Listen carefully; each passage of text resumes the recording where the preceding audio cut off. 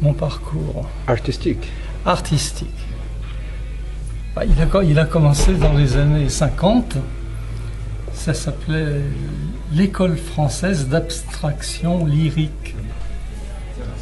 Et donc j'ai fait de la peinture jusqu'autour de mai 68. Et puis, simultanément, au fond, un artiste, il fonctionne en même temps que la politique. Simultanément avec mai 68, j'ai quitté l'abstraction lyrique, qui devenait de plus en plus nuageuse et incertaine, pour entrer dans la forme, dans la vraie forme, avec la sculpture. Et j'ai fait de la sculpture pendant 30 ans. La forme poussait au maximum de la précision d'elle-même. Mais dans le même temps, j'avais commencé à jeter un œil sur le numérique.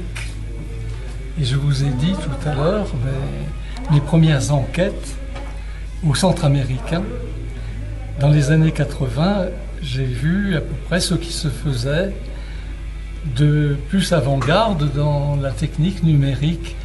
Et c'était intéressant, mais du point de vue artistique, c'était vraiment pas mûr. Et en 2000, quand j'ai repris le problème à la base, à ce moment-là, les outils étaient accessibles.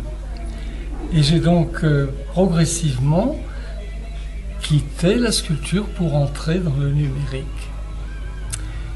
et faire les images que vous voyez maintenant, qui sont en quelque sorte une résurrection de l'esprit du début du XXe siècle.